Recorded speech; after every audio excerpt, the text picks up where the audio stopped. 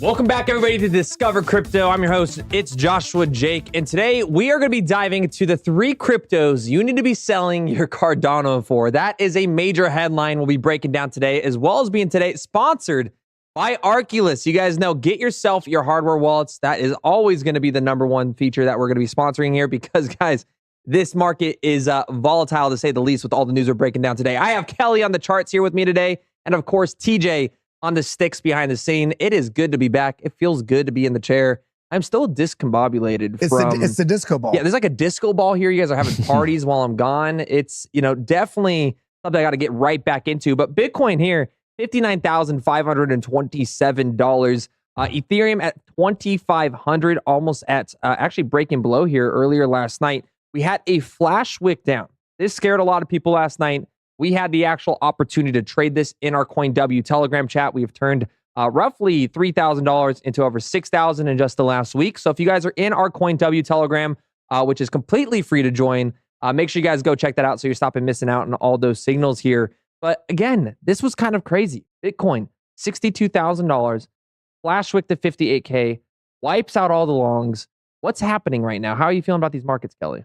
Well, it's the calm before the storm. I just want to throw it to this chart really quick, just to remind everybody where we're at. This is a Bitcoin price action. This is from Kevin Svensson, friend of the channel, friend of mine. And also we see the global money index right here. Once this breaks out of the zone, always front runs this massive upside. I mean, look at the distance here between where this breakout is and where this breakout is on Bitcoin. Similarly, we've got that breakout again. I think really what's happening, we have to remember, coming back off the charts, we have to remember we have the big dog players in the market now, which are BlackRock, Fidelity. We have traditional assets, smart money coming into this market. They know how to move multi-trillion-dollar markets, and Bitcoin itself is about a $1.2 trillion market. So we have to expect a little bit of chop before the valves just get fully let loose. And I think all it really was a flush of liquidity. We'll be diving into that in a little bit with the charts. Yeah, I mean, we're looking right on the X here. I posted this last night. If you guys aren't giving us a follow on X, make sure you guys do so. Bitcoin, look at this chart, guys. The liquidation chart completely wiped out all of the long positions on the market. And all we are looking at for now is shorts, which stacked up massively. This allowed us to enter that position early on. You can see we're up about $750 there. Before closing it at almost 1,500 with the community last night. We saw the heat map immediately just flash signal, buy. And this allowed us to take advantage of that swing. It bounced back up to about $60,000 before it's now pulling back to 59.2 right now. We were able to make an amazing play off that. And again, you can see that in the CoinW portfolio right there. But guys, go into the market update, right? What's happening with altcoins? Obviously, as Bitcoin and Ethereum remain volatile, altcoins have been being decimated. So we're looking at Solana, $145. XRP up 3% yesterday, down 3% today, back down to 57 cents, almost 57.5 here. Dogecoin, 10 cents, hovering it right on the dot. And Toncoin followed up, the only top mover in the top 10, up 4% on the daily here. In fact, the last 24 hours. In the last 24 hours, we have an actual meme coin that it looks like is taking the industry here, called Dogs. Man, there's always a new dog token launching and pumping here. So this is, does anybody know anything about Dogs, or is this just randomly now pumping in the top 100 projects? I don't know much about it. I know it's brand new. I mean, you can see there's not a 7-day or a 30-day, so it hasn't been around very long. But no, I don't know much about it. I know it also just got listed also on CoinW. So I know they're starting. Dogs did? Yeah, they're starting to get a little bit more broader access there as well, which always brings a little bit of a publicity for those. Holy smokes. I pulled up their Twitter, 3.9 million followers. How is this possible? Oh, wait. Is this the resistance dog?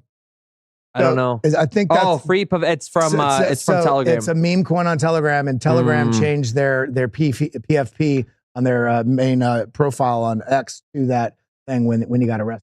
So was this like not coins? How do they already have what's crazy is, sorry, did I say it? 3.9 million followers. Well, I mean, it's tied in with that, Ton, with the Telegram community. Yeah, that's insane. Absolutely blew up there, guys. This will probably continue. Again, if you're not in early on these meme coins, we're now looking at something that's a top 100 project, guys. It's already worth almost $1 billion. It's on billions of dollars in trading volume. So if you guys are looking at that, Telegram meme coins, they do tend to pump, but they also tend to see some pretty significant pullbacks there. So if you're in, dogs, congrats. We just found out about it today here. Helium HNT followed behind that at $7.03, up 5% in the last 24 hours. Notcoin and Toncoin. So this is why all of the Telegram tokens are moving. Notcoin, Toncoin, dogs. There's also a few other ones that might be associated with that aren't in the top 100. But this is in the announcement of the Telegram founder being moved to now the courts. So it is really up to the courts. They're trying to justify that there's more reasoning than censorship. Well, did you see the news for, I think it's either UAE or Saudi Arabia. I think it's United Arab Emirates. It is. It's UAE. Yeah, UAE basically put an 80 fighter jet purchase on hold from France because they're basically holding Pavel. And they're like, this is ridiculous. Now, somebody posted something yesterday that I forget who it was, but essentially they were talking about the scope of the landscape geopolitically over the last 100 years and how we once had this idea of Russia and China and the U.S. being this freedoms and UAE and Arab countries. And now the whole thing has switched now to where we are persecuting people for freedom of speech. We have France, which is supposed to be, we had the French Revolution. It's supposed to be this bastion of love. And all of this has flipped the tables on like entirely. Yeah, it's bizarre. Took about 60 years to ruin all the advancements we had in freedom of speech. I mean, type 1 in chat if you guys feel like speech is being censored way more today than it was 10 years ago. Because beep, I was out to beep. Yeah. Oh, I'm being censored too. in real time. Well, we're also looking at Fast Token, Floki, and Aptos here following behind the scale. Those are really not, anything's really not moving besides the Toncoin community out there. We have big losers today, though. The biggest being Phantom FTM, Maker down 12%, Polygon Matic 12%, Injective 10%. Dog with Hat, meme coins as well, taking a bit of a hit. And then we are followed by BitTensor, Lido, Core, Sui, and Stack. So, yeah, a lot of red out there in these markets. A lot of red out there in the markets. It does look like the community out there does agree our speech has been being censored a lot more. I mean, we can't even deny this now. Mayorkas got caught, speaking, who's the United States Secretary for Homeland Security, committed perjury under congressional hearing in the Senate hearing when he said that he did not coerce Facebook into doing anything. And then Mark Zuckerberg literally tweeted out here's the 2 days ago, hey, here's a letter of me admitting they made me do this. You know, it's like, holy smokes, what is reality right now? 2024, these last 4 years have straight up been so much content for Netflix. They'll be able to make so many movies about this over the next 8 years. It's going to be insane. I don't think even us as people, and remember, politicians are people too, believe it or not. I don't think our cultures have caught up to how interconnected we are and how not only immediate information is, but it's all stored in perpetuity, whether you like it or not. And they're playing the same games they did in the 30s, 40s, and 50s, and 100,000 years before that, 100 or 1,000 years before that. But we now have this basically this digital record of everything happening, and it's still not into the brains of these decrepit people up in the House of Representatives and in Congress and in Senate, because it's like, this is also why they shouldn't be governing crypto, because they have no idea what social media even. I 100% have to agree with that. Bitcoin, massive price plunging here. So what's happening in the markets, guys? 58,000 triggered, over 320 million in liquidations were grabbed off this move. Bitcoin's price movements took a massive turn for the worse in the past 24 hours as the asset plummeted to a 9-day low of just over $58,000.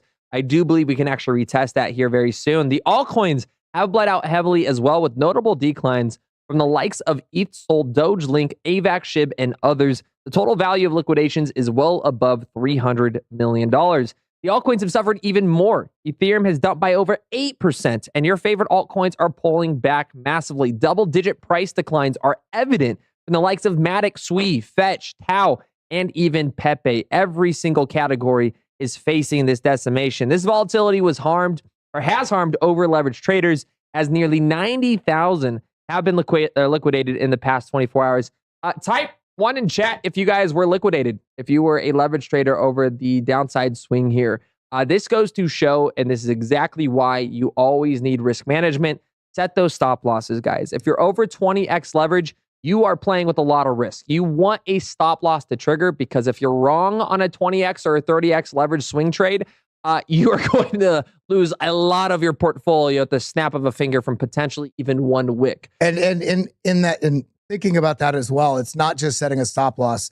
I lost about $70,000 or $80,000 in one trade several years ago because I was an idiot. I forgot my humility in the market. I was killing it as a spot trader, and I was like, you know what? I'm going to be rich next week. So I started leverage trading the majority of my entire portfolio. This is several years ago. Luckily, I've made it back since. However, why would you ever put your entire portfolio at risk, even holding it on exchange, let alone throwing it all into a leverage trade? I share this with you out of humility because we need to learn from each other's mistakes, not just say, oh, that guy made money. I want to tell you about losses we made as well, so you don't step in those same pitfalls. Yeah, 100% have to agree with that. Bitcoin had a positive weekly close as well to kickstart the reclaim process of the weekly channel. So despite the pullback, guys, which behind Kelly is sitting at $59,000 on the dot right now, lately Bitcoin retraced to retest the channel bottom as support.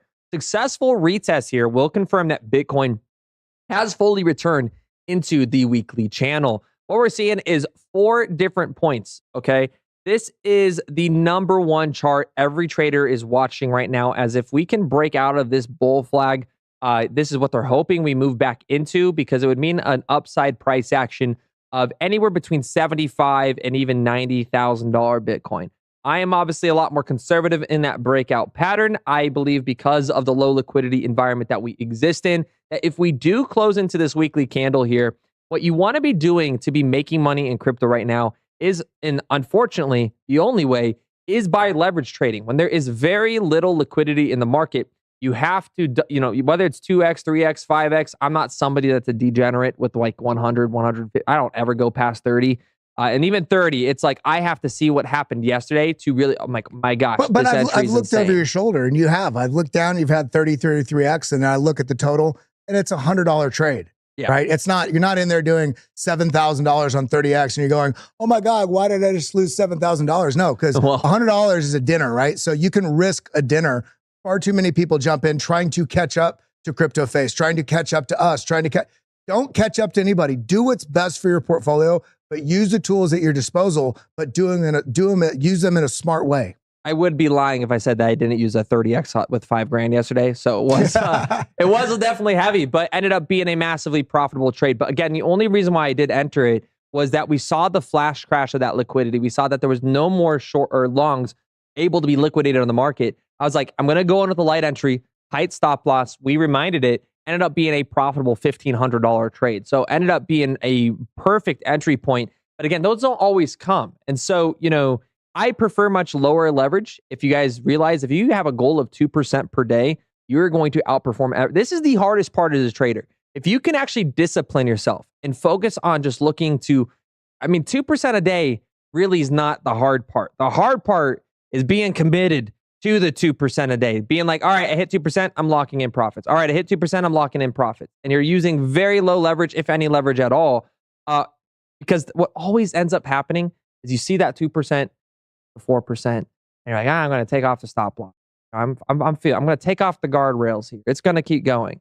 All of a sudden, that wick comes in, and you will get wiped out for a 10% potentially loss. I just watch traders consistently always wipe themselves out because of greed. Yeah, with that being said, if the price is moving up and you're starting to see a lot of volume, this is why we really try to break down all the technical analysis, the tools, the resources. We do that very deeply in BitLab Academy. We also touch on it here on Discover Crypto. But the point is, when you're in a trade that's in profit, whether you have a take profit set at 2% or 5%, whatever your target is, once the price is in profit, no matter what, you should be moving your stop loss into profit. So regardless of what happens in the trade, you're going to make money. And if you're not setting a trailing stop loss, which follows it up along the way, then just sitting there, especially if you're on leverage, you should be at your computer screen watching the trade as it's happening, and you can move the stop loss up as it goes. So you continue to build your profits. And then at some point, if there is a flash, you basically increase your profitability and also reduce your risk along the way. 100%. And, speaking of bullish signals in the market, though, we are looking at a potential close above this weekly channel here at $58,447. So what we do want to see is us maintain a price action above that level on the weekly. If we do close above that, it will mean that we will more than likely see some positive upside action into September. Now, again, I have to remind us, I am more bullish on October than I am going to be September. And that is simply because, if you guys follow me on X, make sure you guys do so you stop missing out on all this beautiful alpha. Historically, September is a pretty rough month for Bitcoin. I mean, you're looking at an average downside action of 4 to 5% here, with a median downside action of 5.5% on Bitcoin's price. Now, this doesn't necessarily have to happen, because this September we have something that historically doesn't usually happen, which of course is the Feds deciding to pivot. So personally, I think you might see that downside action. We're already getting a little bit of the uncertainty in the market today leading up into September, but all eyes are going to be focused on the CPI report. It all matters on the macro environment right now. Where is inflation heading? Is it continuing to fall? Are we going to get those reductions in interest rates? And are the Feds going to do the one thing that almost every economist believes in the world is impossible to do, which is have a soft landing? So let me ask you a question, because we've seen, and it's not just this 818,000 jobs that just got, basically adjusted after they've already shared it. It's been, I think, 3 or 4 times this year that these jobs reports have been faked. Do you think, is this also something with Jerome Powell and all the different Fed chairs? Are they privy to the real numbers? Are they also getting back adjusted as well? So the Bureau of Labor Statistics and most statistical programs that we have that exist today are either one, outdated, or extremely underfunded. So what tends to happen is if they are lacking certain amount of information, they will take estimates. But the problem is they're going to ask economists that are generally biased in whatever political research that they're diving in. And that's very hard to be an independent source on there. So I actually have to give credit to Jerome Powell where it's due. I honestly think he is going to win a Nobel Prize and I think he'd be the first since Bernstein. It's been some time here, but because of the way he's handled the markets over the last 8 years or 12 years at this point of him being in his position, I think he's actually done a pretty good job being able to navigate through COVID. I mean, they were wrong about transitory inflation 100%, but you have to realize the people feeding into his ear and his information might be using randomly adjusted statistics as well. They might be more politically favored to a current status quo. So when you look at the Bureau of Labor Statistics, not all of this aligns, but it goes to show how government spending is just broken right now. And even though your private institution, which is the Federal Reserve, is supposed to be separated, there's a lot of crossover and a lot of revolving doors with different economists. And so you never want to just bash on everything they're saying. You don't want to say, okay, well, they lied to us once, because every single administration, Biden, Trump, Obama, they've revised these numbers many different times. Now, under Trump's administration, a lot of them are revised positively. But again, you can't necessarily just look at that one metric and go, all right, everything else is wrong, and we're going to have this immediate crash after these markets. Now, what I will say, and I've always said this, is that this Fed pivot isn't going to be as pretty as everybody wants it to be, okay? Historically, when the Feds pivot, it's because something breaks in our economy. And I am a statistical person. So when it's over 80% of the time that's happening, I'm not betting on the underdog there to say, okay, this soft landing is going to approach. We were right about 2 things. One, we were right that transitory inflation was BS, and it proves that you don't need an economic degree to be a U.S. Treasury, because even our Janet Yellen, Secretary of our Treasury, was beyond wrong about those policies. But is going to be number 2, which is the Feds are going to keep their interest rates higher for a lot longer. And so we're at this point, and I'm going to get to this in this episode. So make sure, guys, we close that gap. We got hundreds and hundreds of beautiful people watching right now, guys. Make sure you guys close that gap on the like button. And I'm going to be showing you guys some really interesting charts at the end of this that show that retail has bottomed out, retail has capitulated, and now's the time to be selling certain altcoins for better ones to position your portfolio fundamentally to take advantage of this bull run institutions will cause. And we'll get to that here in just a moment. So moving on to our Bitcoin news. The realized PL for short-term holders is currently negative at negative 3.4%. More coins with losses are being realized than coins with gains. Essentially, everyone is selling now, bought at a price higher than the current one. So what I just said, I got ahead of myself there. Retail's out of money. So we are capitulating out. Your short-term holders are retail. They're shrimp. They're people that generally enter the market within the last 365 days.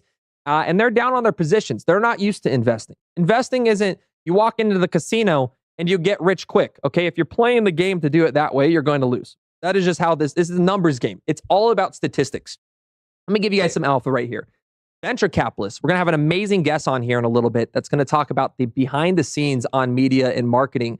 Venture capitals knowingly go into 10 investments that 3 are going to completely go bankrupt or go to zero. They know that 3 to 4 of them are probably going to break even. They know that 3 maybe are going to do a 2 or 3x. And they know 1 of those 10 are going to be an absolute home run that decimates the rest of the outperforms it dramatically. That's how a VC thinks. So a VC, I love the analogy of going skeet shooting. If you guys have ever gone to a skeet, with your 20 gauge and you guys are shooting the clay pigeons, right? You guys have ever been to one of those sites? This is the equivalent, okay? A VC comes in with a 20 gauge that has a very easy chance. All they have to do is follow the target and they shoot and they deploy hundreds and hundreds of little BBs. And one of those are going to clip that clay pigeon, right? And they're going to get their shot. What retail acts like is if they were to go skeet shooting and they were to walk in with a 9mm, they get 1 shot at that clay pigeon that's moving. So they're shooting at the same shot here, but your chances of hitting that with look, if you're hitting that, man, you're probably, I don't know, that's impossible. It's impossible to do so. So that is the comparison I make it when venture capitalists enter the same exact scene. They're going to the same exact game. They're going to be shooting at the same exact, they're projecting at the same exact object, but retail has a completely different mindset that continues to ruin them. So that's why we see the capitulation in these stages.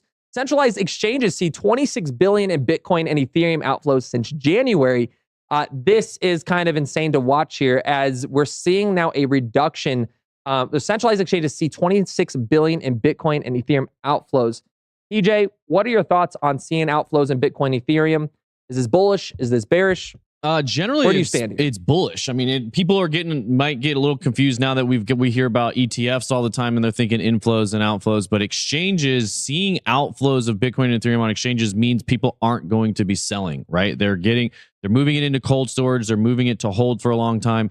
It could be getting moved to be sold for these ETFs and that sort of stuff. So yeah, I was looking at a metric the other day that I want to say Coinbase had less than 1 million Bitcoin left. Binance was in the, they were moving 40,000 over to basically stay liquid with what people are trying to buy there. So it's good. People are buying Bitcoin at a pace we haven't seen before.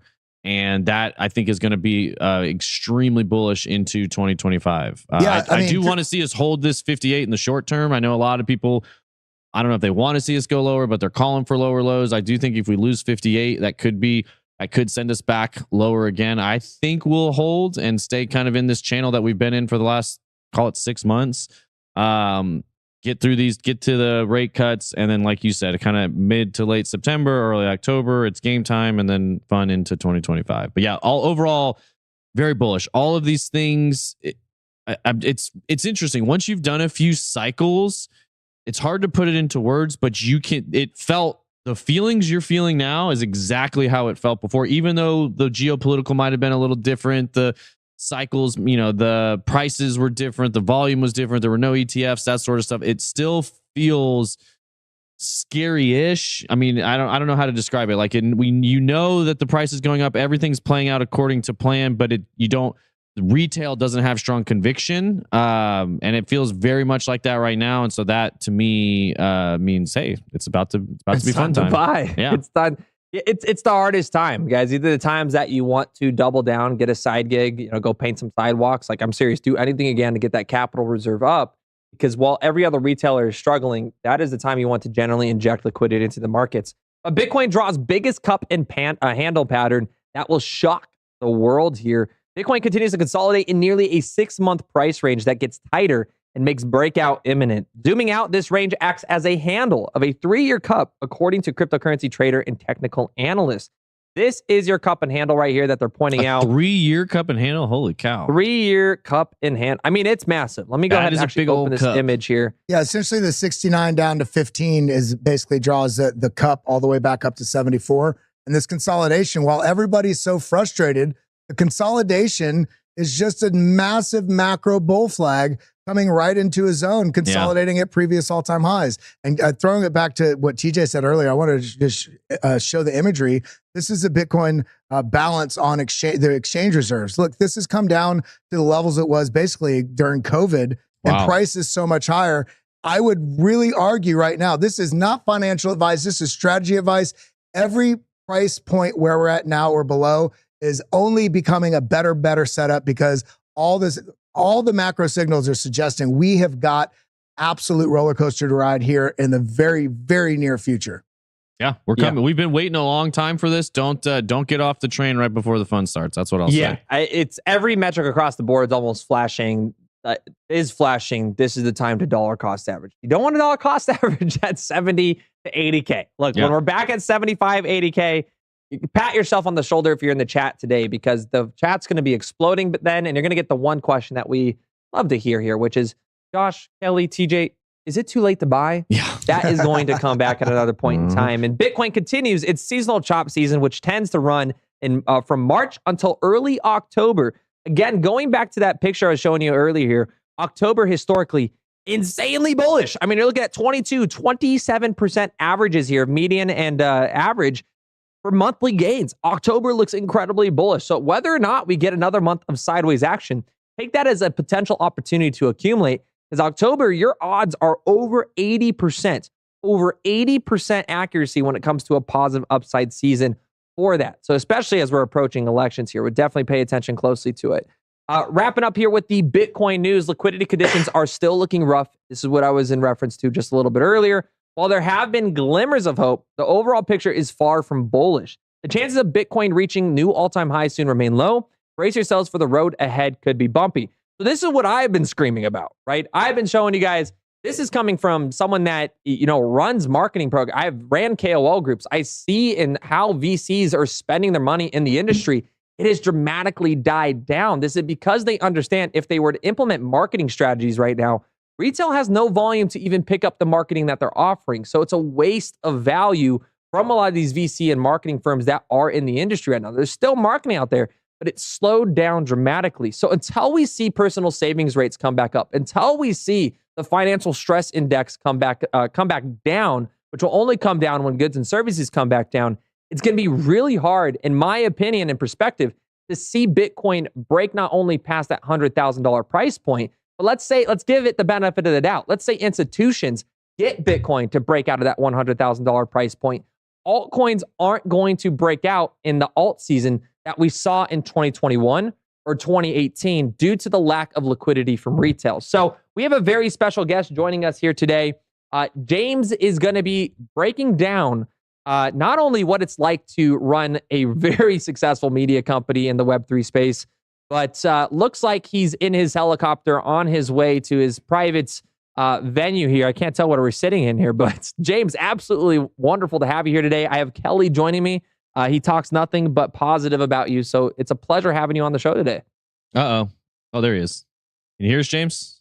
I might have to redo my audio. Hey, James, how you doing? It's good to see you again. It was we had such a wonderful conversation last week. BitLab Academy, you and I, you kind of broke my brain and what I was thinking about, not only AI, but also media and where information's coming from and how we're, sort of a threat there. How are you feeling like this is positioning in the market right now with, I feel like we're on the precipice of a huge divide in the country.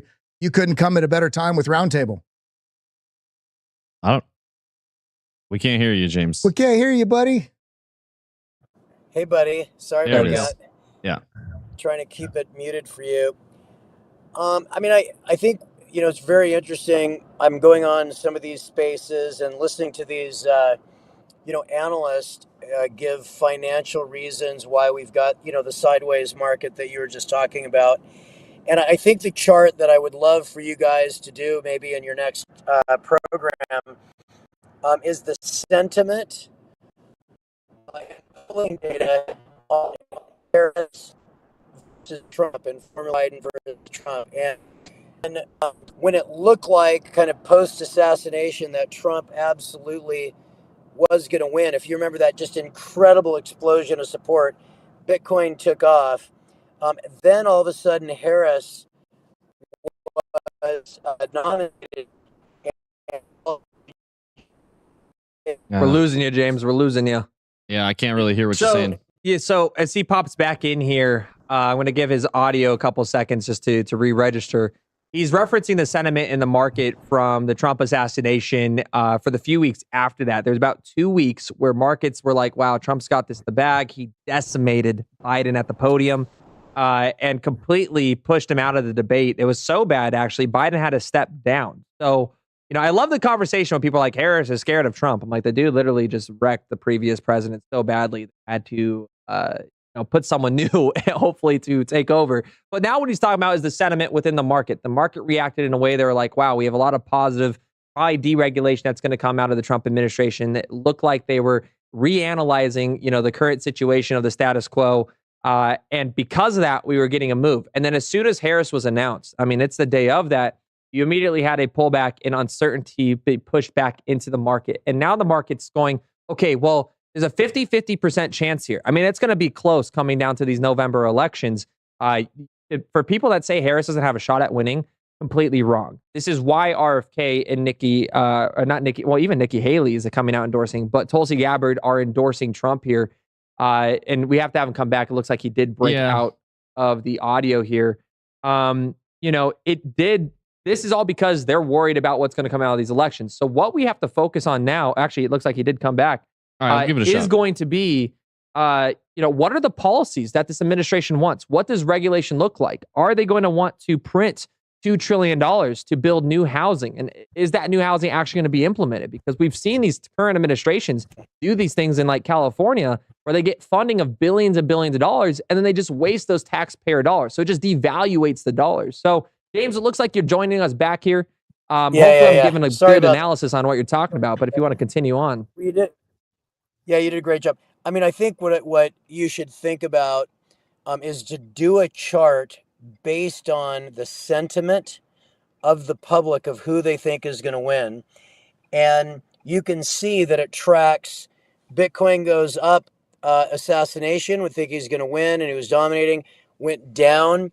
Wall Street Journal came out and said, suddenly Harris went from the most hated vice president in history to their fake poll of 52% approval rating.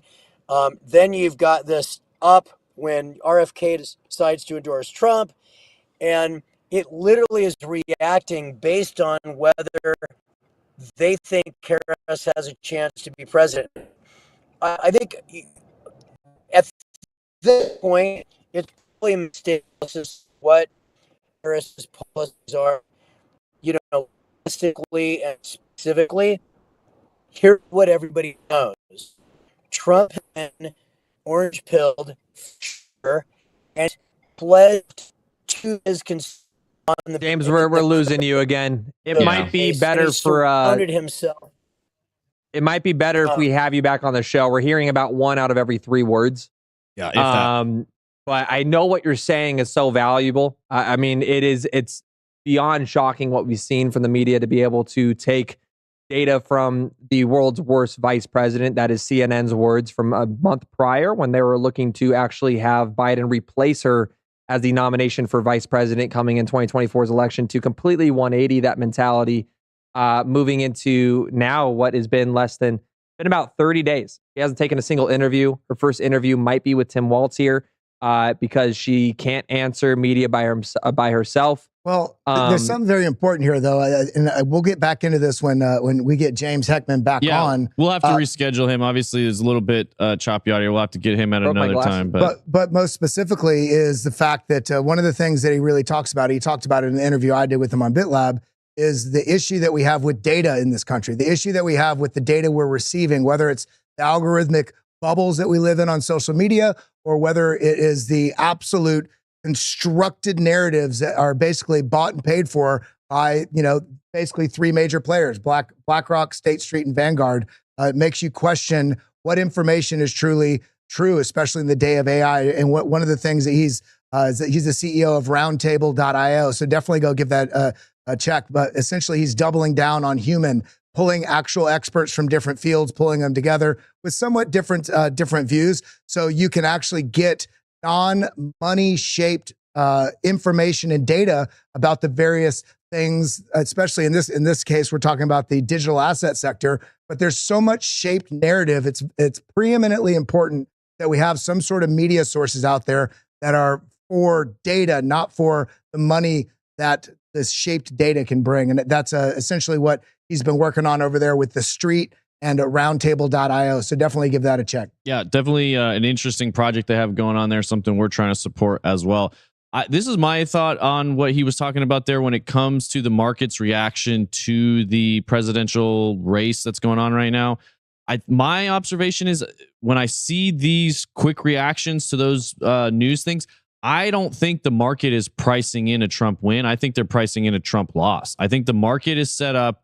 It's still going to be bullish. It's still going to be great. I still think even no matter what, I think even whoever wins, we're crossing 100K. And I think that's what we're set up for now. And if Trump were to win, it's going to go significantly higher. And I don't think that's priced in. So I think that's why when we see these big swings, we see a really quick price reaction, because I think the market, the higher Trump's odds go, the more that starts to get priced in. And I agree with him. He is orange pill. I'm agreeing with James of what he said about Trump, that he is orange pilled. He's trying to bring energy back, trying to bring Bitcoin mining back, trying to get self-custody. All of those things are very positive for crypto. So I think right now the markets are poised, they're hedged. They're on the safety side of what if we get a recession? We still have unknowns and pricing in a Trump loss. But if it gets to be more clear that Trump is going to potentially get a victory, I think we see prices go much, much higher, which that is exciting to me. We had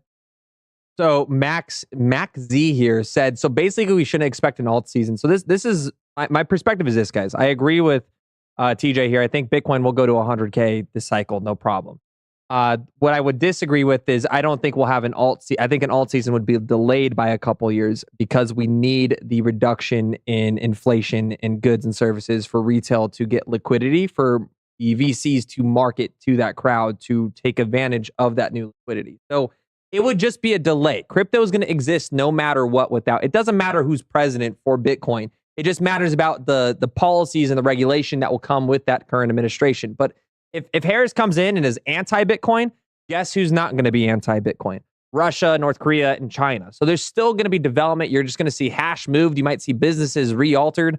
My focus right now is getting more money in the hands of the pockets of retail. Me, you guys watching, Kelly, TJ here, so we can take advantage of this new opportunity that we've called for 10 years. I mean, everybody that's been in this cycle after cycle after cycle, we were here being told we were, crazy when Bitcoin was at $3,000. Then we were crazy when it was at $20,000. Then we were crazy when it went to $70,000. So we know where this is going. We know the momentum that is taking place here.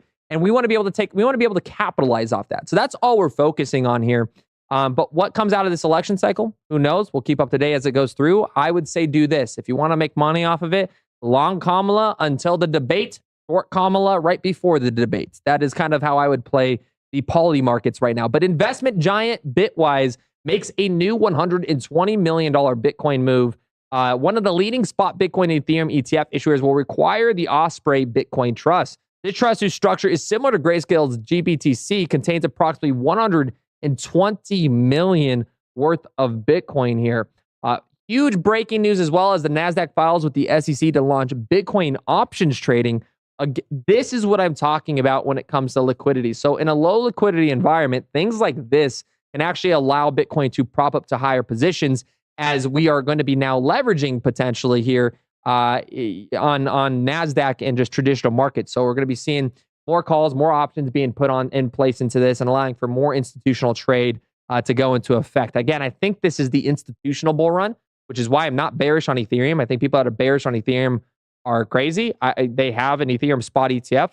So even if Bitcoin sees the majority of the inflows, Ethereum is the one that follows that. And that's where I go, okay, if altcoins historically are retail driven, if retail has no volume, what's going to move is what institutions want to move. And so that's why I'm focused on tokenization. That's why I like the infrastructure plays that institutions are obsessed with right now. And that's why I'm going to be naming 3 tokens I believe I would personally sell my Cardano or XRP for, but we'll get to that in just a moment. US spot Bitcoin ETF see 127 million in net flows. We talked about this a little bit as well. The open interest on the top 3 exchanges has decreased by more than 10%. Bulls have lost $100 million through long position liquidations. That took place just last night. And moving to the 3 cryptos poised to outshine Cardano in Q4. Now, they actually changed this title, I believe, There was a title earlier where they were, getting a little bit of clickbait in there. I liked it. I enjoyed it. They're like 3 cryptos you should sell your Cardano for.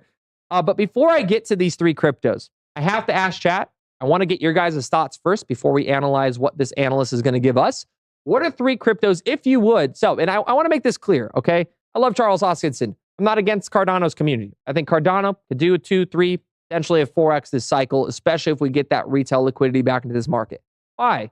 XRP and Cardano, they have cults. They do. Your guys' communities are outstandingly, they're massive. They are massive. There's some of the large communities out there. So in my perspective, when I'm talking about what I would be selling for, I would personally be putting it into assets I believe can have a higher return. But chat's letting us know their thoughts right now. Kelly, what are your thoughts on selling Cardano? And I actually have to ask TJ as well, because this is someone that holds a ton of Cardano. Yeah. Well, I'm going to sidetrack you for 3 minutes. Is that okay? Sure. Just because we never got a chance to take a peek at these charts. I just wanted to throw it and give everybody here in the Bit Lab on the 26th, a few days ago, I was talking about this right here, potential setup for the move to the downside. Why was this? Because we got a lower low on this little zone here. We came down and we actually not only tapped both these targets, we've gone, obviously flushed down quite a bit below that. But I want to point something out here. This measurement right here is from the halving date. We're 131 days, as you can see right here, from the halving date. We typically see in the last 2 cycles about 160 to 170 days. That would put it somewhere in this box of time frame, which would basically be middle of September all the way to somewhere into October. But the point here is, even if we went from this date to this date, this would put us at roughly about the end of September. So if we even continue to chop within this zone, it's all a setup for a larger push that's coming. Why do I say that? Because if we look over at this chart right here, what happens next now that the historical volatility has broken out? And look at this chart. This is a multi-year chart all the way back to the peak of 2017. We've basically had smaller and smaller volatility coming into this. And it stands to reason that we are breaking out of this because we have different capital channels in play now with all these ETFs, institutions aping in like in ways we can't even imagine. The 330,000 registered investment advisors out there that can tap at roughly $100 trillion in assets from their clientele, and they're just starting to push. So everything that's happening right now, we've been breaking down the different targets here. If we really want to zoom in before we wrap out of this and get into those altcoins, I'd be watching for, if we do sweep that low, coming down here to about $56,800, $57,000. But again, it's all a setup for higher prices.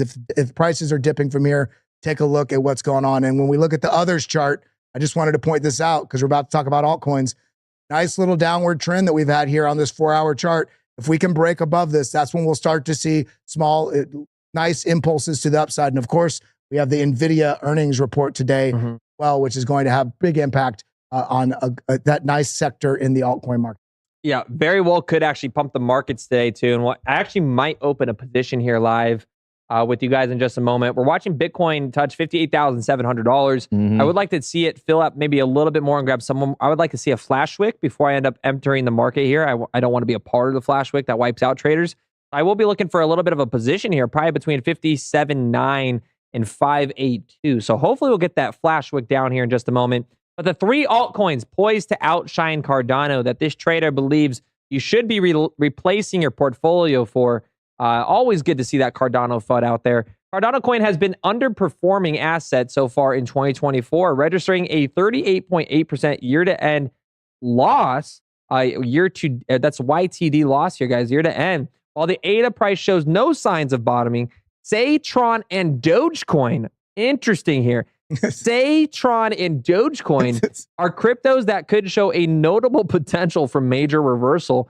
According to the crypto rank data, the Cardano price has shown a negative trend in September since the year 2018. The chart below shows an average return of negative 12.5%, while the median return of 14.8%, highlighting a high possibility for prolonged correction in September. So say the first crypto here, guys, Sui bounce. This is funny. Bucking the market uncertainty. This trader doesn't even, he fell for the common issue of Sui. Yeah, those aren't the same project, but is what it is. Bounce from 26 cents to 30 cents, registering a 19% decline. So I can't even trust this trader because I don't know if he's analyzing SWE or SAY. Yeah, right. And what he's adjusting is that we're going to skip through that one. So shout out to CoinGape here for having a gaping hole in their article Coverage. here. But Tron, TRX, a decentralized blockchain platform, has increasingly captured investor interest following the launch of Sunpump, a new platform for minting new meme coins. Now, I have my own thoughts on this, but chat, can we get W or L? That's all I want to know. W or L for Tron? W or L for Tron? Do you think Tron is a win or a loss? Let me know in the comments here, because according to Into the Block data, the total addresses holding Tron has projected continuous growth since August 2020, recently hitting a high of 100.8 million addresses. And again, this must have been created by ChatGPT, because look at this typo. He put $108 million. So is this $100.8 million or 100.8 million addresses? What is this guy's name? It's Sahil. Well, we don't like Sahil. Sahils are known to be scammers in the crypto industry. I'm just kidding. But Sahil here, man, brother, run it through ChatGPT for some grammar corrections here. But A lot of L's in the chat for Tron. This some W's. Yeah, some W's. I mean, Sunpump specifically, I will say, is an L. I mean, that's basically they're trying to recreate Pump.Fun, which for most people that are trading on it, it's not going too well. So, my thoughts on Cardano. This is I've been reading the comments, a lot of interesting comments coming through. This is such a tough one for me. I've been a big Cardano fan for a long time. Like you said it the kind of before we started the segment, Cardano, great project, great community, great values, and great mission, right? And so that is one piece that is valuable to some people when they invest. That doesn't necessarily mean great returns. And that's something Charles has been very clear about the whole time. Every time he comes on, he says he's not really worried about the short-term price action of Cardano. He's trying to change the world. Somebody else said, I think we need to everybody should reread the Bitcoin white paper and remember why we're here, freedom. So I want to preface with that. And that is very true. They champion censorship-free decentralization much more than anybody else. That's why I like it. That's why I hold it. That's why I've always held it. And that's why it's very hard for me to get away from, because I believe in the mission that they're on. Now, the other side of that coin, the development and working with and the interoperability of Cardano is extremely difficult. It's like the other day I heard news about, they're trying to get an Oracle on, in for the Cardano ecosystem, but it's not going to be Chainlink. Chainlink has said we're not going to be implementing that because it's too complicated. It requires too much engineering work and changes without enough return. So it's like, and that happens time and time and time and time again with Cardano, whether it's a wallet infrastructure, whether it's an exchange, whether it's a Oracle now in this situation, maybe with a stable coin. I don't think they've got USDC or USDT on there, and maybe that's for the better. I'm not arguing that it's not. It could be a potentially, because a lot of times once you onboard USDT and USDC, they become the majority, kind of the deciding factor on forks. On whichever one they support is the one that the DeFi is going to follow. So I really appreciate everything that Cardano is doing. That being said, if you're investing for returns and you're trying to get the returns as much as possible in the short to medium time frame, not 100 years. Like somebody said, Charles is building a 100-year organization that's going to run for a long time, which is great. I think the world needs that stuff. But you have to be able to have an honest conversation with yourself about what your expectations are in the short term. So if you want to hold for ideal reasons and belief, and I do think it will pump again in the future. It's just, there will be other coins that do outperform it in the next 12 months. And so you have to decide for yourself as an investor where you want to put your money and why. And it's a little bit different for everybody. That being said, the coins in that article, Tron, say, definitely not Doge, would not be places I'd be looking to put mine. Ever. I would be. All right, TJ, give us your three if you had to pick three. If I had to pick three, I mean, right now there's a lot. I'm interested in what's going on the Avalanche network. I mean, that would be a pretty similar move from a layer one to a layer one. That again, Avalanche has much more implementation with others, and it might be like I just move it all from ADA to Avalanche. Near is another one that I like a lot. You guys have heard me talk about, And if I was trying to spread it for gains, I might go Avalanche near Pendle, which is kind of random. Pendle doesn't quite fit in with those other ones. Somebody else mentioned FTM earlier in the chat. That's another one that I think could have a pretty strong resurgence. But yeah, just think through it. This is something that's been rolling around in my head for a long time. I've been a long time holder of Cardano. I'd love to see it back at higher prices. I know as soon as I dump the whole bag, that's when it's going to really start to move and pump. And, I might have to be the sacrifice for everybody. But yeah, looking at Near, looking at Avalanche, looking at Phantom, FTM, Injective, Pendle, all of those I think are going to get better returns over the next 12 months. Yeah, and I like Jason Bourne talking here in the chat. He said, okay, stop with the gaslighting. You can't be pro-Bitcoin white paper and still advocate for BlackRock and Vanguard to enter the crypto scene. So this is where you're contradicting yourself. So Bitcoin's about a free market. So in a free market, anybody can participate. Now, there's a difference of being an advocate for BlackRock and be like, hey, everything they've done is great, because we're huge critics, especially me as someone that used to be a part of the Green Party, is against all the environmental damage that they've created through standards like ESG that just stole pretty much government funding, in my opinion. But what you can appreciate is that these institutions that we for so long wanted to be held accountable are coming into an industry that has transparency, that is an open source network that is allowed to participate. Doesn't matter your gender, race, color, institution, money, capital. Doesn't matter where you're from. That is the purpose of Bitcoin, and we want to remain that. So unfortunately, bigger players with bigger money are going to come into the industry, and it's going to be good to get in the rooms with those individuals in the BlackRocks and Vanguards and allow us to educate them to make sure that regulations and policies are positive for this industry rather than damaging like they did to the environmentalism over the last 10 years with their ESG standards. So I would say to Jason Bourne there, just re-ask that question, because I would say that is the fundamental value of Bitcoin, is allowing anybody to participate in that permissionless. And if you want a global Bitcoin standard, it's going to mean big money's coming in. So I don't agree with that statement at all, that you can't be about the white paper if you embrace other, large institutional money coming into the space. Now, if you're holding your Bitcoin in iShares and you're letting BlackRock custody your Bitcoin, then yeah, you're probably not supporting the ideals of Bitcoin. Obviously, we're big advocates for self-custody here on this channel. And if you buy Bitcoin, hold Bitcoin, and self-custody your Bitcoin, you are about the Bitcoin white paper, whether you know it or not. That's exactly what I was. I pulled up Arculus here. One tap total security, guys. So we know BlackRock, Vanguard, they're going to come into this industry. They're going to absorb this industry. They own 75% of the stock market. They will probably own 20% of Bitcoin circulating supply at one point. What I don't want, and what we don't like or advocate for, is not having your own self-custody. Self-custody is the most important trait in all of crypto. If you guys don't have yourself a one-tap total security wallet, get your crypto off exchanges. Stop giving it to the institutions like BlackRock. Put it on an Arculus wallet. Protect yourselves, protect your family, protect your funds by using code DC10 in the description below to get 10% off your Arculus wallet today. So shout out to Arculus for everything done. And also, I wanted to shout out OmniSwap, because I am against Tron Pump and all these different platforms that have no security for fair launch tokens, guys. OmniSwap is something that we've had the opportunity to be a part of, where you can launch within 30 seconds and deploy any meme coin on almost any network.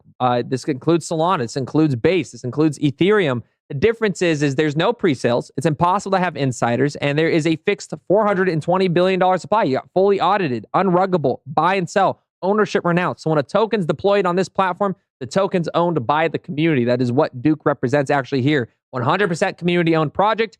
And this is a way where it allows for people to know they're trading meme coins that aren't artificially created and distributed by insiders and pump and dumpers. So something to just take into account.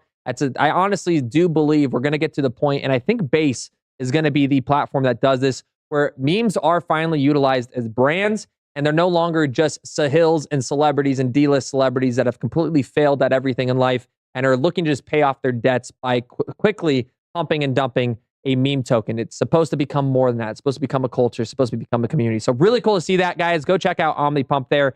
But moving on here, we have Say excited to announce a powerful new addition to the Say ecosystem. So I'm going to kind of just quickly run through these. These were just announcements from those three products we're talking about. Say Network has had some pretty big advancements with their EVM capabilities. They're going into GameFi with Web3 gaming. So if you like Web3 gaming out there, maybe it's something you want to check out. Say and Sui, both of them VC funded. So I expect them to actually perform pretty well with those VC unlocks moving into a bull run. So these are projects that have a lot of venture capital money behind them, which traditionally means that there will be series and funding rounds to media groups and KOLs. And it's generally when you get trends and traction within those markets. I wanted to add too, because I'm going to be jumping out here a second to go do the BitLab stream. But this tweet that was posted yesterday from Santiment, because we talk a lot about RWAs here. I still think that RWAs are going to be one of the biggest sectors in crypto. And I think AI is going to be nipping at its heels. But RWAs, and a lot of people forget Chainlink is an oracle, but it is absolutely going to be massive in the RWA space. And this right here, much like that article from Say, this is basically, here's crypto's top RWA by development, meaning before the storm, before those massive pumps. And it's Chainlink, Synthetics, Centrifuge, which I actually did a video on BitLab a couple weeks ago, another RWA tokenization play on the parachain on Polkadot. And you also see Aurachain, Dusk Foundation, MakerDAO, which, did you know MakerDAO is actually rebranding also? It's going to be called Sky. Be Sky, and they're going heavily into RWAs. But you want to look at these types of stuff, these types of posts that show you that there's development happening in these different ecosystems, because that means there's something to come. That means they're actively involved in building. So there's a lot of data that's coming out right now that you should be focused on, other than if Bitcoin dropped another $600, because there's so much money to be made if you can look at the data that Josh is always sharing, DZ's always sharing, TJ, Frankie Candles, everybody out here. Not just price, but position yourself for this next run. I 100% agree. Trump unlikely to drop out of ABC debate with Harris despite threats, polymarket traders. Donald Trump has made noise about pulling out of a September 10th debate with opponent Kamala Harris. I really don't care about this. We're going to just move on from the debate conversations here. It's very simple. Just get on the stage, debate it out, do it in front of CNN, do it in front of Fox News. Stop with all this jibber jabber. Without notes, like, just get on stage and debate. It's not that hard. They're making it more, they're just using it as a political football. It's quite annoying. I love this tweet here. Home prices up since Biden took office, up over $100,000, as Kamala Harris wants to, of course, add $25,000 to first-time home buyers, which is the dumbest outlook I've ever heard, unless you increase the supply of new homes, which would cost us roughly $2 trillion on the government, wasting, again, taxpayer dollars, and increasing more debt and increasing our interest rate payments. This just raises the price by $25K and does absolutely nothing to the affordability. But what is coming out here? Why are we talking about Trump today? He launched a new America First digital trading cards. Yes, this is like the third or fourth NFT now. All of these have usually done really, really well. I've seen some of these do 13, 20, 40Xs. So if you guys are trading those, of course, shout out to anybody that got the first order in on these, because it is very hard to get your hands on these.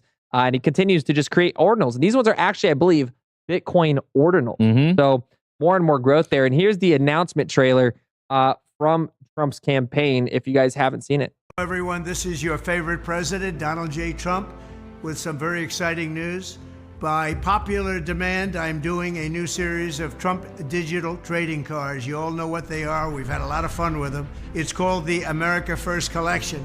50 all new stunning digital trading cards. And that is, yes, like the fifth NFT collection I think we've seen Trump actually launch here.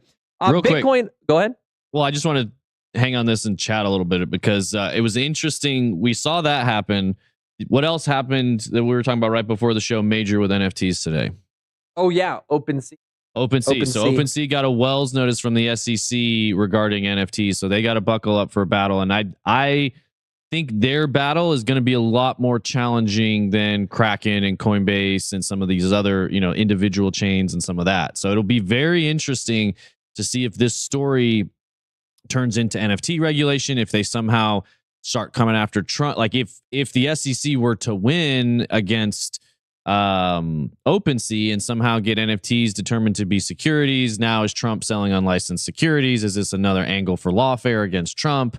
It's just an interesting, it couldn't be unrelated. It could be totally unrelated, but the timing of it is pretty interesting. Yeah. And how this develops will definitely shape NFTs in the future. And that was one of the questions we had yesterday. Are NFTs dead?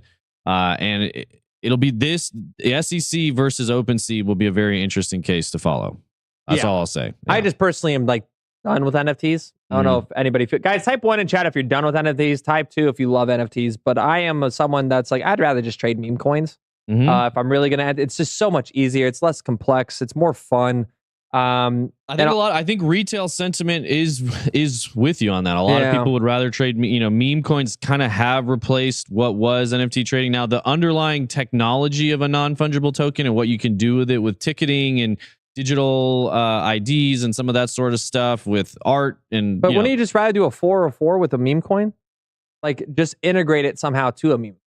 You know what I'm saying? Yeah. I mean, you're right. The technology is getting there, and then would that be an NFT or not being it? Is a 404 not? That's kind of my point. Is there's implementations for this digital technology, but I do not think it will remain what the 2021 version of an NFT was or the 2020 version of an NFT. It will look completely different in the future. So I agree. NFT monkey pictures are dead, but they still have use. Yeah, and again, I think NFTs are like perfect for Web3 gaming. They need to stop with all these token drops. They just need to make them non-fungibles and tradable on a marketplace. I completely agree. We've seen a misuse of them, and I think there's a way better way we could be utilizing them. But with that said, Trump's made millions off them, so I think they're going to continue to drop them. But Bitcoin bull RFK Jr. joins Trump's transition team after suspending campaign. W's in the chat if you guys like RFK Jr. This is someone who's a huge Bitcoin bull and has been asking for really cool things. This is a quick 2-minute clip here from Tucker Carlson's interview, which if you didn't watch this, it's a very real, very good conversation. Probably one of the best interviews I've seen, if not the best RFK interview you can watch here. But this is what he wants to do with the JFK files. We will probably see under a Trump administration the release of these files. And if you guys don't know what that means, this goes back to Edward Lansdale. You don't know who Edward Lansdale is? This is the guy that is behind all of the operations for psychological warfare out of World War II, developing under the Huck Revolution in in the Philippines during the 1940s, and behind a lot of the physical or the psychological advancement in warfare in Vietnam, which he tested between the 50s all the way to the 70s. And was a huge leader into that, as well as lead up to everything with the Bay of Pigs in 1963 with the assassination of JFK. Don't know what I'm talking about? Read JFK and the Unspeakable. Absolutely phenomenal book by James Douglas here. Gives you insight to a lot of where our warfare was created and how it was established over the years, and a lead into the military-industrial complex. But take a listen here. Absolutely amazing. Your joint appearance on Friday, President Trump introduced you by saying that he plans to, if elected, establish a commission to declassify the remaining documents around your uncle's murder in 1963. Yeah. And I think everyone at this point knows the truth, which is the CIA is implicated in that. Those documents protect CIA, maybe among others. Well, whether they do or not, I mean, it's odd that they've not allowed them to be released. What could possibly be the explanation? More than 60 years after my uncle's death, almost 65 years. 62 years after his death. And none of the people who were implicated in that crime are alive now. Yes. And the last ones have died off in the last year or two.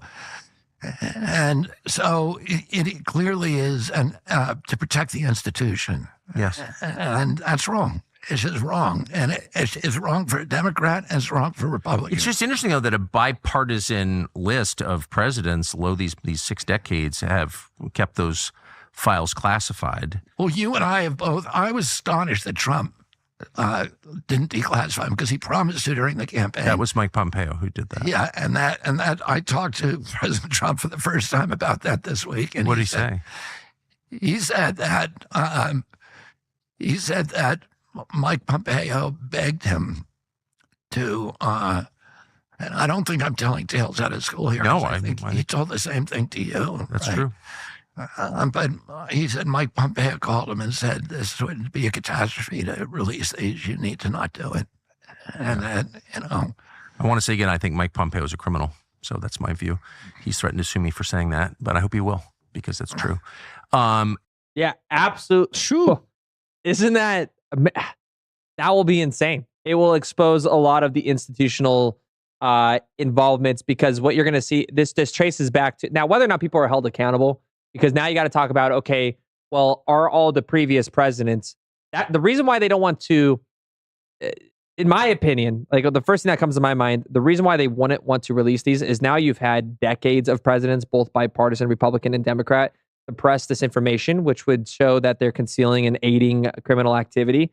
You know, and just show the corruption that has been established over the last 60 years. But we all know it exists, right?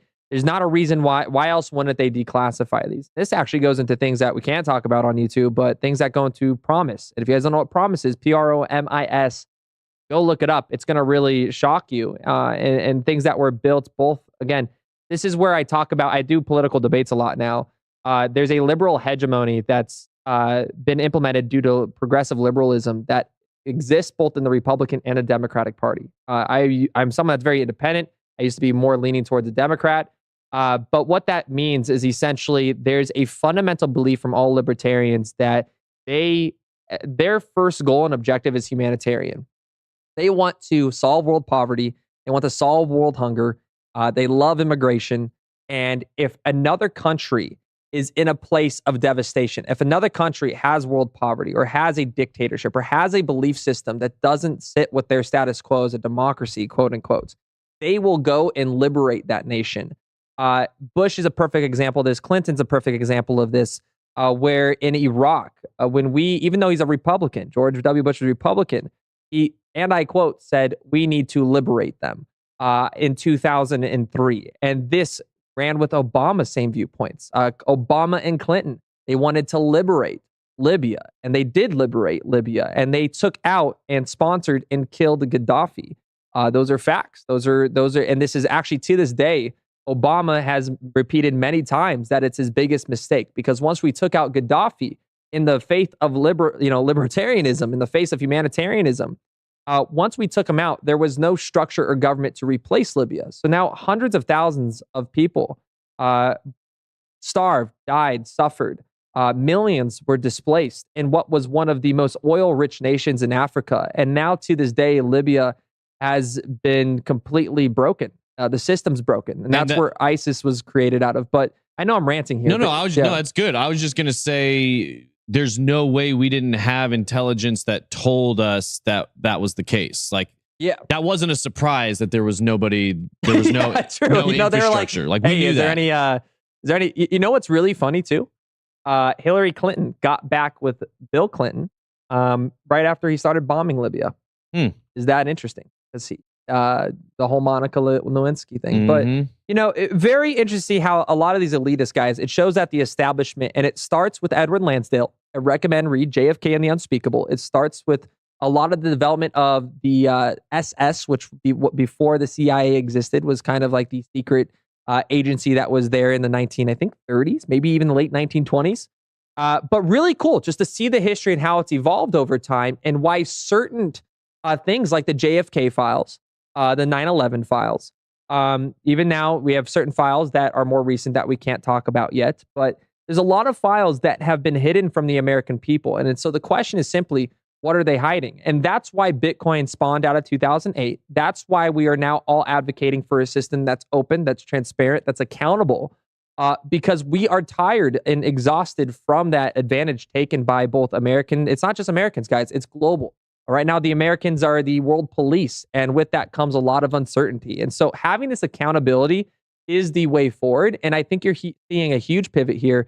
And to people that don't think Trump will win, look, I'm not saying that Harris doesn't have a chance. I think it's going to come close. But seeing Mark Zuckerberg step back on the censorship and admit that Mayorkas, pretty much allegedly committed why am I breaking here now? Perjury. I was going to say prejudice, but perjury under a Senate hearing is eye-opening, because that tells us Mark Zuckerberg, someone that is in charge of one of the largest data analytical platforms on the planet, are seeing a transition in the users on his platform. And if he is going the way towards less censorship, that is a huge telling sign of what could be the outcome of elections in November. So just take that into account. It's really cool to see. If you have anything you want to chime in on that, TJ, I'm going to wrap up here with some alt corner and some questions. No, I do think it's interesting that he's shifting his stance a little bit, or at least coming out and talking about it. We can see, I mean, it's really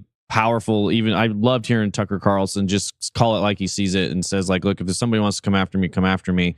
And that kind of approach is getting more prevalent, where these people that have the ability to affect change, or like, yeah, I'm not going to sit around and, you know, play this game anymore. And he, you know, obviously Elon Musk has been doing it. We saw what's going on with the founder of Telegram. And it is an interesting state of the world. I saw an interesting tweet that was like something, and I'm paraphrasing, but it was something along the lines of, you know, we've got a capitalistic society negotiating the release of a foreign, you know, global founder from a extreme left-wing country right now. And we're not talking about, in the past, this would be like the United States trying to get our people back from the, you know, Soviet Union or whatever. Now it's the UAE trying to get their person back from France, which I do think they did negotiate getting him back. And we're seeing the pendulum starting to swing back the other way when it comes to freedom, you know, especially when it comes to freedom of information. So I think, yes, I don't think Zuck did this randomly. I don't think he would have done it if he thought there was a chance that the Biden-Harris administration were going to win and keep him under their thumb for another 4 years. I think this is a setup for, if I make a smart pivot, it's kind of like the Fed in some ways. If I pivot now, then I'm set up best for the future. Not only can I get out of this, is the best way for me to get out from underneath the current administration's thumb, but it also sets me up for the most success afterwards.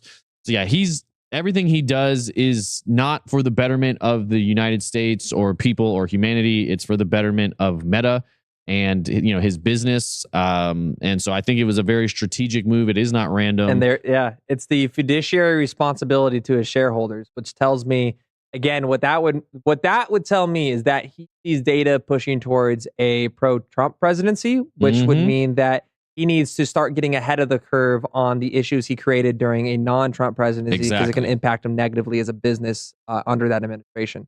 So I completely agree. It's very interesting to like take something that doesn't seem like it's really relevant and realize, wow, that actually means a lot more under the surface. And so, you know, speaking of a lot more happening under the surface, Binance's new CEO, Richard Tang, makes harsh statement on the arrest of its executive, quoting, "Despite Tigran being in severe pain and unable to walk, the Nigerian government has refused to provide him with necessary medical care to access a lawyer, which is unconstitutional." Tang said he has also been denied access to U.S. consular support. The Nigerian government is detaining Tigran based on false allegations linking Binance to the country's economic problems, such as depreciation of the naira.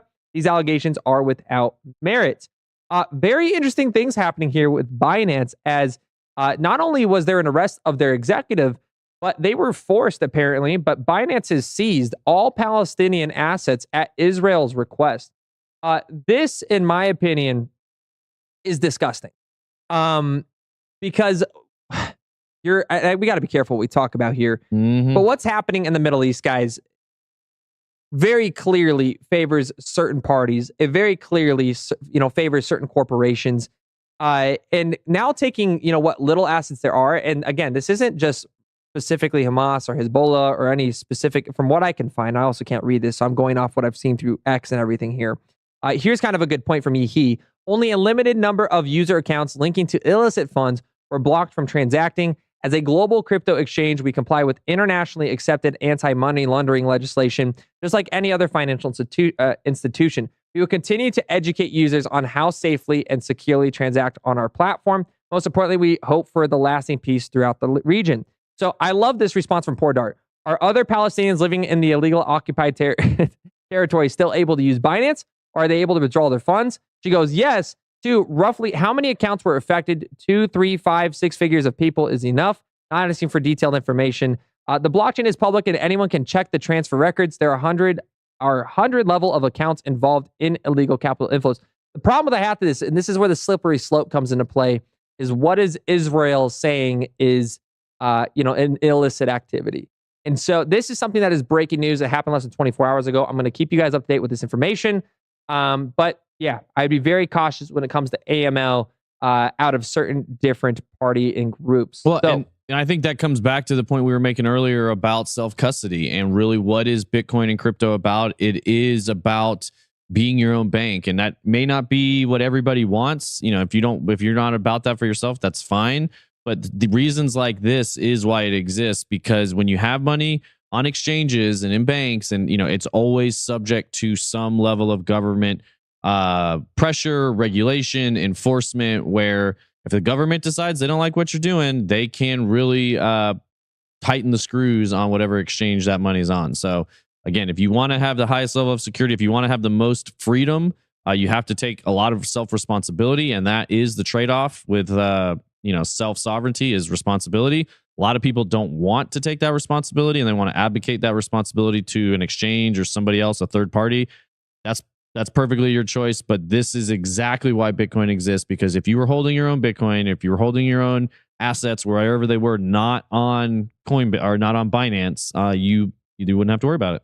Period. Someone goes, still drinking that Celsius Kool-Aid?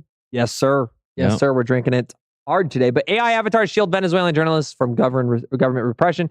We don't really need to go into more. There's a lot of repression here today. This one was a funny breaking news article. German police investigate after MP called fat. Dude, I'm sorry. She's massive. So, just get that health right here.